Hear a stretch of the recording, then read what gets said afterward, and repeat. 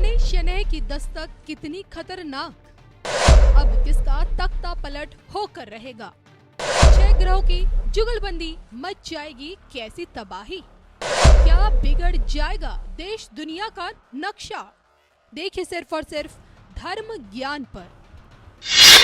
नमस्कार, धर्म ज्ञान के दर्शकों का स्वागत है। कविता राणा और मेरे साथ मौजूद है आचार्य मेंग शर्मा जी। मेंग जी, स्वागत है आपका। धन्यवाद कविता जी। धर्म ज्ञान के सभी दर्शकों को सादर नमस्कार और आपका हर पल मंगलमय हो।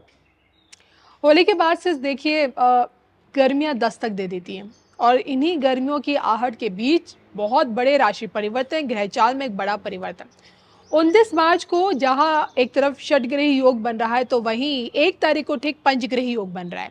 सोचिए कि मीन राशि में 29 मार्च को आपके शनि, राहु, सूर्य, मंगल, बुध, शुक्र, ये सारे ग्रह रहेंगे। मंगल नहीं रहेगा, माफ कीजिए, चंद्रमा। चंद्रमा रहेगा। हाँ जी। तो इस 6 ग्रह एक साथ आ जाएंगे। फिर 1 तारीख को यहां से आपके चंद्रमा निकल जाएंगे, लेकिन 5 ग्रहों की मौजूदगी मीन राशि में ही रहेगी। और जब सोचे एक राशि में जब इतने सारे ग्रहों की मौजूदगी आ जाती है तो कुछ ना कुछ उथल पुथल मचती है। और यही कारण है कि तमाम सोशल मीडिया प्लेटफॉर्म पर इस बात के कयास लगाए जा रहे हैं कि भाई इस पंचग्रही योग से, षटग्रही योग के चलते देश दुनिया में कोई बड़ी अफरा तफरी मच सकती है, कुछ बड़ा भूचाल आ सकता है, कोई बड़ी बड़ी घटनाएं हो सकती हैं। लेकिन क्या ऐसा है? इन दावों के पीछे, इन कियासों के पीछे की सच्चाई क्या कहती है, आइए आज जानेंगे मेंग जी से। जी मेंग जी, सबसे पहले मुझे समझाइए षटग्रही योग और उसके तुरंत बाद पंचग्रही योग, नकारात्मक दृष्टि से देखें हम इन दोनों को। देखिए कविता जी, जैसे आपने फरमाया कि सूर्य, बुध, शुक्र, राहु और चंद्रमा और शनि, ये सभी ग्रह 29 मार्च की रात्रि को एक साथ मीन राशि में इनका जमावड़ा होगा। जी। अब ये शुभ और अशुभ युति का निर्माण हो रहा है, क्योंकि सूर्य राहु का ग्रहण दोष, शनि चंद्रमा का विष योग भी होगा, और इसके साथ साथ ही शनि राहु का एक नेगेटिव योग बोलते हैं, नकारात्मक योग, पिशाच योग भी बनेगा। तो कहीं ना कहीं जब कोई नकारात्मक और सकारात्मक युति बनती है तो उसके मिले जुले परिणाम मिलते हैं। कुछ अच्छे परिणाम भी मिलेंगे, कुछ बुरे परिणाम भी मिलेंगे। अगर कोई ये कह रहा है कि इसके 100% बुरे परिणाम है, वो भी गलत है। कोई कह रहा है कि 100% अच्छे रहेंगे, तो ऐसा भी नहीं होता है। अब देखिए, यहाँ पे उच्च शुक्र का है, ये ना भूलिए। साथ साथ आपका यहाँ बुध नीचभंग राजयोग बना रहा है, लक्ष्मी नारायण राजयोग भी है, तो उनके भी तो रिजल्ट्स मिलेंगे, और बुरे जो प्रभाव योग हैं उनके भी रिजल्ट्स मिलेंगे। तो कहीं ना कहीं देश दुनिया पर इसका बहुत असर होगा, हर चीज पे असर देखने को मिलेगा। और कब तक मिलेगा? मेरे ख्याल में आने वाले 6 महीने तक इसका इम्पैक्ट रहने वाला है। तो अगर हम बात करें अभी, जैसे मार्च का महीना चल रहा है, अक्टूबर तक इसका इम्पैक्ट जो है देश दुनिया पर ज्यादा रहेगा। जी। और कुछ देशों पर ये जो प्रभाव रहेगा बड़ा भारी रहेगा, और कुछ देशों के लिए ये जो गोचर रहने वाला है ये काफी उनके लिए सकारात्मक भी रहने वाला है। तो इसलिए कोई बहुत ज़्यादा डरने घबराने की आवश्यकता नहीं है, और थोड़ा संयम रखिए, क्योंकि जब इस तरह के योग बनते हैं तो आवेश, क्रोध की अधिकता बढ़ती है, जनता में आक्रोश बढ़ता है। तो थोड़ा अगर हम संभल के चलें तो चीज़ें बैलेंस की जा सकती है। बिल्कुल। मैं इसी कड़ी में युद्ध को लेकर आपसे जानना चाहूंगी, क्योंकि जब जब शनि मीन में आए तो तब भारत और पाकिस्तान का युद्ध भी हमें देखने को मिला। बात की जाने से भारत के अंदर बल्कि अन्य मुल्कों में भी युद्ध की स्थिति उत्पन्न हुई। अब 5 ग्रहों का एक ही राशि में आ जाना, क्या आपको लगता है कि इससे युद्ध की स्थिति बनेगी, चाहे वो अपने घर के अंदर हो या घर के बाहर हो? देखिए, मैंने एक रिसर्च करी है, अब से कोई अगर हम पीछे जाएं 96 की, तो मैंने ये देखा है कि लास्ट टाइम जैसे इस तरह की ग्रहों की युति कब बनी थी या मीन राशि में कब बनी थी, तो वो मैंने कैलकुलेशन निकाली है। वो आपकी कैलकुलेशन थी, यही सेम तारीख है, 22 मार्च से लेकर 24 मार्च के बीच में जी। मीन राशि में ही बनी थी 1996 में।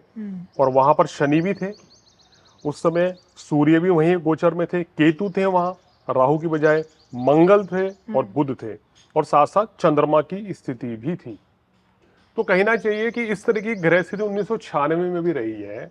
और अब उसके बाद अब ये मीन राशि में एक साथ षट ग्रह योग बन रहा है या फिर पंचग्रह योग बनेगा, क्योंकि चंद्रमा तो 2.5 दिन बाद हट जाएंगे। जी। तो इस युति के चलते कोई कुछ मुल्कों की बात करें, कुछ देशों की बात करें, तो वहां परेशानियां बढ़ेंगी। भाई वहां पर आगजनी, धन हानि होना, नुकसान होना, उन देशों की आर्थिक स्थिति कमजोर रहना, तो ये प्रभाव पड़ेगा। अब देखिए इस समय मीन राशि जो आप कहते हैं ना कि गुरु की राशि है, और गुरु 5 चीजों का कारक होता है। सबसे पहले धन का भी कारक है, व्यापार का भी कारक है। जी। तो कुछ राज्यों में या कुछ देशों में जहां पर यह स्थिति अष्टम या द्वादश आ रही है, तो बड़ी परेशानी, दिक्कतें रहेंगी इस वर्ष में। वहां पे ट्रेन दुर्घटनाएं होना, वायु दुर्घटना होना, भूकंप अधिक आना, चक्रवात, तूफान, क्योंकि मीन राशि में बन रही है, जी। तो आप महसूस करेंगे आंधी तूफान बरसात भी कुछ ज्यादा रह सकती है। तो कहीं ना कहीं हर जगह की अलग अलग परिस्थिति बनेगी। लेकिन युद्ध की अगर मैं बात करूं तो मुझे कोई विश्व युद्ध जैसी स्थिति बिल्कुल भी नजर नहीं आ रही है।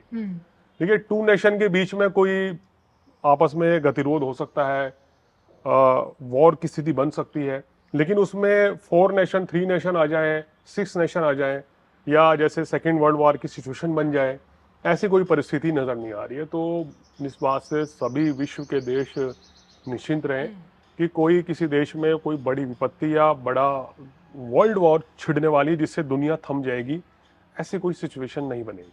आखिरी सवाल, अपने खुद के देश के अंदर सत्ता परिवर्तन नजर आ रहा है आपको? देखिए अगर बात करें भारत की, तो देखिए शनि देव का ये स्थिति कही जाती है 96 में, और अब की सिमिलरिटी ग्रहों की क्या है कि शनि राहु एक साथ चलेंगे, और अभी शनि राहु 51 दिन एक साथ है। इस समय पे राजनीतिक उठापटक रहती है, विपक्ष सत्ता पक्ष पे हावी रहता है, जनता में भी आक्रोश रहता है सरकार के प्रति, या कुछ नाराजगी रहती है, महंगाई थोड़ी सी इस समय बढ़ेगी।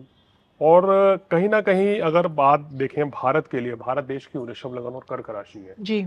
तो उससे ये नवम भाव में युति बनेगी। तो मुझे नहीं लगता कि भारत के लिए ये युति किसी भी लिहाज से कोई नुकसान पहुंचाने वाली या खतरे वाली है। कोई बड़ा संकट ऐसा नहीं रहेगा। जी। लेकिन कुछ राज्य हैं जहां थोड़ी सी परेशानियां बढ़ेंगी। जैसे अगर बात करें तो दिल्ली एक राज्य है जो थोड़ा सा प्रभावित हो सकता है, वेस्ट बंगाल हो गया है, महाराष्ट्र हो गया है, वहां पे आपको जैसे अभी हुआ भी है ये, इस तरह की चीजें आने वाले टाइम में देखने को मिल सकती हैं। और या बात करें तो इसके अलावा नॉर्थ ईस्ट के कुछ ऐसे क्षेत्र हैं जहां पर, या बिहार में, वहां पे कुछ उठापटक हो सकती है। शनि राहु का एक साथ चलना लंबे समय तक राजनीतिक उठापटक या सत्ता परिवर्तन का भी अंदेशा देता है। लेकिन अगर भारत की आर्थिक स्थिति की बात करें तो दर्शकों ये बात आप नोट कर लीजिए, भारत में कोई भी ऐसा सीन नजर नहीं आ रहा है कि यहाँ आर्थिक मंदी आएगी, यहाँ नौकरियां चली जाएंगी, काम कारोबार खत्म हो जाएगा, ऐसी जी। कोई भी स्थिति ग्रहों की दिशा के अनुसार नजर नहीं आ रही। थोड़ा बहुत अप्स डाउन चलेगा, शेयर मार्केट थोड़ा ऊपर नीचे भी रहने वाला है, लेकिन कोई बड़ी दिक्कत, बड़ी परेशानी ऐसी नहीं रहेगी। अमेरिका, कनाडा और ब्रिटेन की बात करें, यूके, यानी कि वेस्टर्न कंट्रीज के लिए ये समय थोड़ा चैलेंजेस भरा रहेगा, और थोड़ा सा ऑस्ट्रेलिया में भी। बिल्कुल। तो मैं जिसे जाना षटग्रही से लेकर पंचग्रही योग, और वो भी 5-6 ग्रहों की मीन राशि में मौजूदगी किस तरह की तस्वीर देश और दुनिया की दिखाएगी। इसी के साथ मुझे मयंक जी को इजाज़त भी दीजिए। नमस्कार।